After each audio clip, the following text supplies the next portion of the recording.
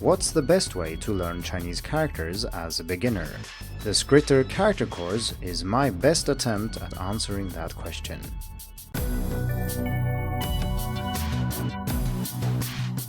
Hello and welcome to the Hacking Chinese podcast.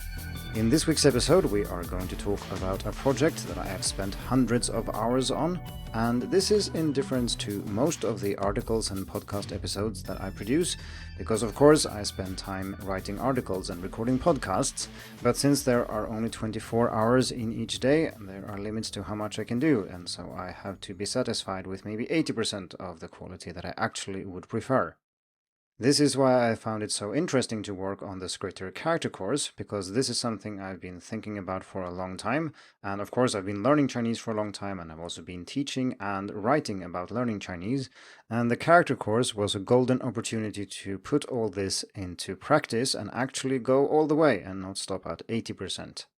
So in this week's episode, I'm going to talk about the Skritter Character Course, including how to get it, which you can actually do for free. But I'm also going to talk about the course and some of the challenges that I faced when creating the content for the course, along with some principles that I think underlie healthy character learning. So if you like to hear my thoughts about this, stay for the whole episode. But if you're just interested in the character course itself and what it has to offer, I'll go through that first. So the basic question is, what's the best way to learn Chinese characters as a foreign adult? This is obviously a complex question, and we definitely don't know the full answer to this yet, but that doesn't mean that we have no clue. We know some things that are important for learning in general, such as understanding, as opposed to rote memorization, and active retrieval, as opposed to passive recall. There are also other things, such as spaced repetition, which I think is uniquely well suited for learning Chinese characters, and this is something I have written and talked about on the podcast before, and I'll put links in the description as usual. There are also many things which are not well suited for learning Chinese characters, and some of them are rather common, and again, I'll put links in the description to these things, because I've talked about them before. For me as a teacher and educator, the question of what method for learning Chinese characters is the best one is of more than just personal interest.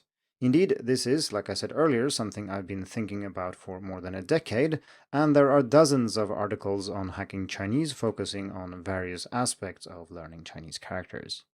The reason I think Skritter's Character Course was so interesting to work on is that I had to consolidate all of this and had to come up with a unified approach for how to actually do this, not just isolated aspects, but the whole thing. Although there is always room for improvement, I'm rather happy with the result, and I say that having looked through the course recently, even though the course has been out for a while now, it's not the case that I think that some things just aren't good or they should be done in another way. I was able to work on this for a long time and still be happy with the result, and that's almost never the case when you have a long project. You start with some idea, and then when you actually finish, you realize you should have done it in some other way. But in this case, I'm rather happy with the result. So what is this course and who is it for? Well, the course is aimed at beginners, and that ranges from those of you who don't know a single Chinese character to those who have learned a few hundred, but without really understanding how the writing system works. If you know more than this, i.e. maybe you know 1,000 characters or even more, and you think you have a decent grasp of how the Chinese writing system works, this course is probably too basic for you, and I will suggest that you check out Outlier Linguistics Chinese Character Masterclass instead. The Skritter Character Course consists of 16 episodes, and each is roughly 6 minutes long, and it covers a wide range of topics, presented in a carefully designed order. The first episode, along with snippets from the other episodes, are actually available on YouTube, and in the written article on Hacking Chinese I have embedded these videos, but I won't play them here because they are videos with visual support, and that doesn't do very well here on the podcast. So please check the link in the description for the video samples. You can also find a complete list of episodes there, but here I will just say that it covers all the basic things you need, different types of characters, pictographs, ideographs, compounds of various kinds, and so on, along with things like stroke order, character variation, and so on. The course also teaches 150 high-frequency and very important characters and character components. So you don't just learn the theory and how everything fits together, you actually learn characters as well. Before I talk more about the course, I'd like to say that while I am the architect behind the approach and the content in this course, the final product is of course a team effort. I would never have been able to produce videos of this quality and graphics that look this good, and the content and presentation on my part wouldn't have been so optimized without the feedback from team members and students. Still, this is my podcast, so I will talk about the course mostly from my own perspective.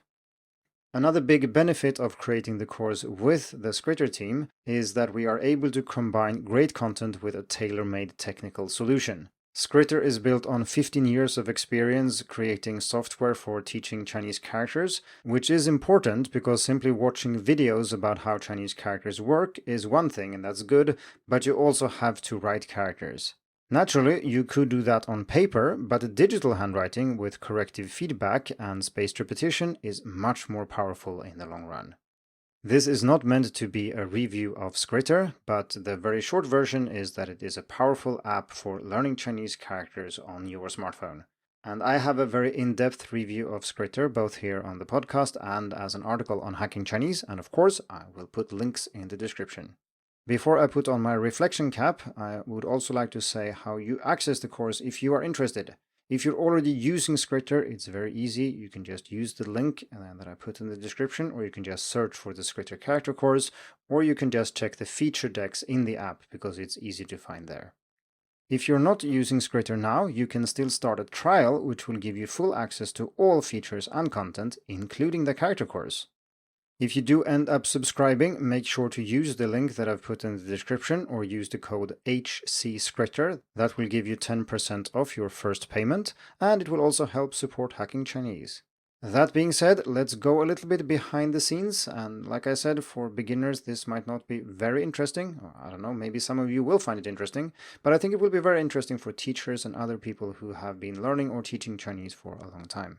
So like I said in the intro, this course is really an answer to a question: what is the best approach for learning Chinese characters? When designing a pedagogical project like this, I think it's important to be clear about what the key principles are. What are the things we believe in and that we think will make it easier to learn characters? Because these principles will then underpin every decision that is made throughout the entire project. I've already mentioned some things that are important for learning, such as understanding what you're doing and using spaced repetition and active recall and so on, and all these things are already built into Skritter, maybe minus the understanding bit, which is what this course is trying to address. Let's look at some more specific principles that I focused on when designing the content for this course. So the first one is a healthy balance of theory and practice. So the goal for the course is not just to teach you the most common characters. There are many courses out there that do this. And we do teach you 150 very high frequency characters and character components, but this is not the only goal. We also want to convey the knowledge necessary to understand how these characters work, because then you will be able to use this to learn not 150 characters, but as many characters as you want. The second principle is about using only extremely useful characters. So every single character you learn in this course will be immediately useful. I have spent dozens of hours just planning the exact sequence of characters used in the course, so every single character that we teach has been through a long process of deliberation, and it is exactly where it's supposed to be, or where we think it makes the most sense. The third principle is that the concepts that are being taught need to be taught in a logical and coherent order. This means that all the episodes build on the earlier episodes, so at no point in the course are you required to know something to understand something else if that thing hasn't already been taught in the course. So basically, if you come into this course knowing absolutely nothing, you will not stumble on an example we have somewhere and say, oh, I didn't know this character, I wonder why that's here, because we will have taught it already or teach it to you when you need it. This is rather tricky to do in practice, and I'll return to this later. The fourth principle is that the course should be simple, but not to the point of being misleading. Chinese characters are very complex, and it's impossible to teach everything in 16 short episodes. Everybody knows that. But that means that the pedagogical models and explanations that are used need to be very simple and short, but they still need to capture the essence. They can't skip the important bits, and most importantly, we can't just make up stuff because it's cute or because it sounds good. That's simply not an option. The fifth principle is built-in repetition and consolidation of learning. So while you're supposed to practice writing the characters taught in the course as you are progressing through the episodes, there's also plenty of reviewing built into the episodes themselves. We have a purpose-built tool to keep track of this, and I also used spreadsheets to make sure that characters that we teach early in the course then reappear later and that they do so in a rather systematic manner, making it more likely that they will stick. I'm not sure what you as a listener think of the task of creating an entire character course like this. Of course, it depends on who you are and if you've done something similar before.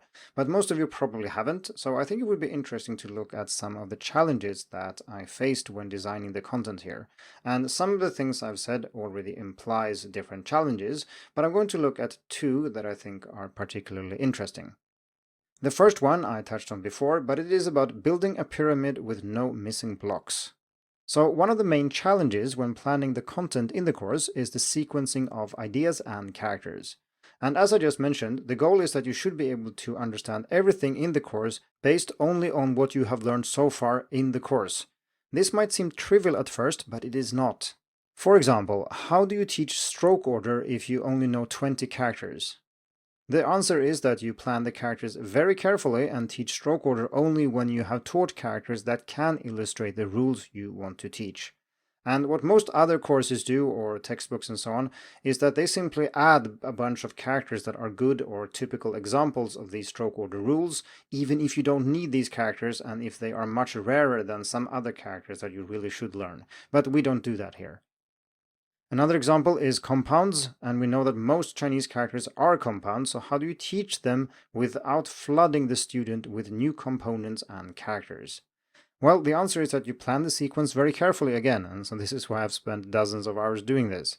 And we do it so that the components are taught in earlier episodes appear later, and they do so both maybe as standalone characters or in compounds. This is nice because as a student you will see that characters occur again and again, and you will really learn them and understand all the examples that we give thoroughly. But this also turns the course development process into a large jigsaw puzzle, so moving even a single character around can disrupt the flow in other parts of the course. Since we don't just want to cram in more characters and we don't want to flood the student with too many things to learn at once, we can't just add more characters because 150 is just about right for a course of this length. That means roughly 10 characters or character components per episode, and that's not too much to deal with in one bite, especially not since these are partly familiar in terms of compounds or have been thoroughly anchored in the video episodes. So the second challenge I want to mention is about remembering what it's like to not understand. So the Chinese writing system is of course very different from English, which is easy to appreciate for anyone who has learned both. Obviously, to design a course like this, you need to know how the writing system works, but you also need to remember what it was like not knowing how it works, because otherwise you can't explain it in a way that makes sense to someone who doesn't know, i.e. a beginner. A central idea I settled on early is to present the writing system in phases of complexity, starting with pictographs and moving to ideographs and then to compounds of various types. This sequence is presented as a journey through time, where the student gets to follow the thought process that might have led up to the writing system we have today.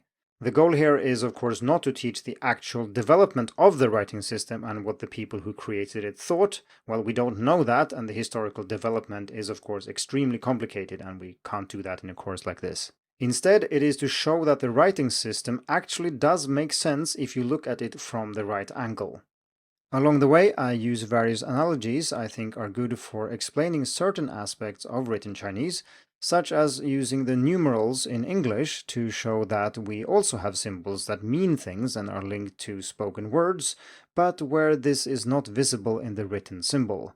For example, you have to learn that the number 3, when written on a page, is pronounced 3, and there is nothing in the shape of this numeral that indicates this, just as there is nothing in the Chinese character mu that shows that it's pronounced like that in Mandarin. Both these symbols have some link to their respective meaning though, although this is not obvious if you don't know that in advance. So the most interesting and maybe challenging part of creating this course was to come up with these explanations that are supposed to take something that might appear very alien and strange and make it into something that the students can understand and make sense of, because this is essential for effective character learning. If you just regard them as a jumble of weird strokes, you are not going to get very far. To conclude this episode, I'd like to say that I found it very interesting, challenging, and also immensely satisfying to work on a project like this and produce a course of this quality. I would have given a lot to have access to a course like this back when I started learning Chinese. It contains most things that you have to know to be able to learn characters effectively, and this knowledge and guidance is typically not found in most normal textbooks and courses. Some of these things took me years to figure out, but they really should have been available from the start. Sadly, I don't have a time machine, so I can't go back to 2007 and show the course to myself, but at least I can make sure that people who start learning Chinese now have an easier path towards mastering Chinese characters. Thank you for tuning in to the Hacking Chinese podcast. If you like this episode, please share it. More information and inspiration about learning and teaching Chinese can be found at hackingchinese.com. See you in the next episode, and until then, good luck with your studies.